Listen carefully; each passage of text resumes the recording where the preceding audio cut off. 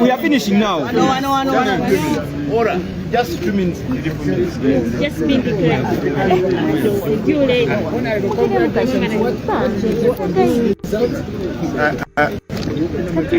This is not my victory. It is a victory of the people of Uganda. It is the victory of the people of Kawempe North. I thank you, residents of Kawempe North, for standing firm against the dictatorial system, the dictatorship of General Museveni and his allies. Indeed, you have stood against him. Sincerely, this victory wouldn't have come. I thank NUP. I thank President Kyagulanyi Ssentamu. I thank the Secretary General, members of Parliament who subscribe to NUP. I thank the foot soldiers, the residents of Kawempe North constituency. I thank you. I thank Ugandans. Your voice has been heard. Thank you very much.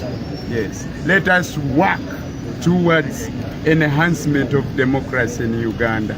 But we still have a long way to go. I thank you. Uganda. That you're having. Basebo ne banyabo, buno si buwanguzi bwange. Buno si buwanguzi bwa kibiina kyange NUP. Buno buwanguzi bw'abana Uganda, buwanguzi bw'abantu ba Kawempe North constituency. Wabula ekibiina kyange nkyebaza wansi w'obukulembeze bwa President Kyagulanyi Ssentamu n'abo bakulembera nabo nga Secretary General Lubongo yono gwe mulaba wano ne bano abalala abakulembeze baffe olw'okubanga baleese okulaga banna Kawempe North ne banna Uganda nti oteekwa kuyimirira nga totitiira nga togooka n'olyoka olwanirira ekyo ekikyo. Banna Kawempe North mbeebaza olw'okubanga muyimiridde ne mugamba nedda tuganye Fugabbi, tuteekwa okusigalawo okwagala kwaffe ne kuyimirira. Mbeebaza nnyo abakulembeze b'NUP, President Kyagulanyi, Deputy Honorable Muwanga Kivumbi, senior legislators nga Honorable Betty Nambooze n'abalala bangi. Abakulembeze mwenna mwebale okukola emirimu. Bafoot soldiers mwebale. Ba residents ba Kawempe North mwebale. Bannayuganda eddoboozi lyammwe liwuliddwa. Mwebale nnyo, mwebalire ddala. Mukitegedde nti teri asobola kuvuga nga mbalaasi okuggyako nga naawe omugongo gw'oguweseemu. General Museveni musigale nga mumugamba. Bwe munaamugamba ajja kuwulira obwannakyemalira bujja kukendera. Bwe tuba bakulwanyisa demokrasiya tusigale nga tulwana nga tetuvaako. Mwebale nnyo, mwebalire ddala.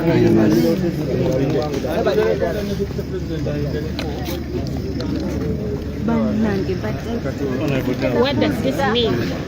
Well, this is a bittersweet victory because, as you know, right now we are celebrating this victory amidst very, very many challenges. We still have people who are missing. We don't know where they are. People were picked up from different places. We have journalists who are still in hospitals. We have journalists whose equipment was confiscated. We have people who are in detention in different parts of Kampala and Wakiso and other places. So it is bittersweet. But as they say, the harder the fight, the sweeter the victory. And so this is a great victory for the people of Uganda, for the people of Kawempe North. By all standards, this has been one of the most violent elections in the history of our country. You saw what happened. You see right now they are telling us that we got 17,000 votes, 764, that the NRM got 8,593, which, as you know, they did not get. But most importantly, you heard that over 15 polling stations were not counted. Why? Because goons under the command of regime officials came and, destroyed every polling material at those polling stations. So as NUP, we are very glad that the people of Kawempe North have stood firm There were attempts at different polling stations to ballot staff, to do all sorts of things, but the people resisted in some cases. In some other cases, we were chased off polling stations, beaten up and all that, and so we are glad that we can be here today. What I can finalize with is we've been telling about a protest vote. Our President, His Excellency Kyagulanyi Ssentamu Robert, has been telling you that we are going for a protest vote in 2026.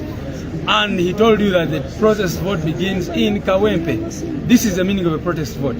That the regime has done everything humanly possible to ensure that Honorable Nalukoola Hiace is not declared. But the people have spoken, and have spoken very, very loudly.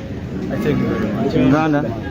Basiba ne banyabo, buno buwanguzi obw'olunaku olwaleero sigenda kubuyita bwasanyu byokka kubanga mubaddemu ebirumira bingi nnyo okuviira ddala ku nomination. Mukimanyi bulungi nnyo nti candidate waffe ono omulungi gwe tuli naye bamukwata ne baleeta jaati ne bakola ebikolobero ne bakuba abantu, ate n'olunaku olwaleero be bakoze mu birabye ebintu bye badde tosuubira kubeerawo.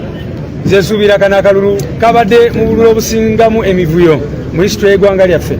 Sikirabangako okulaba abasajja abatalina nsonyi abambadde obukookolo nga bajja ku polling buli kintu kyonna kyonna, ate nga bakumi b'amagye mulaba emmamba nga zigenda ku polling stations n'ebirala bwe bityo. Bannamawulire bakubiddwa ne bagobeddwa ku polling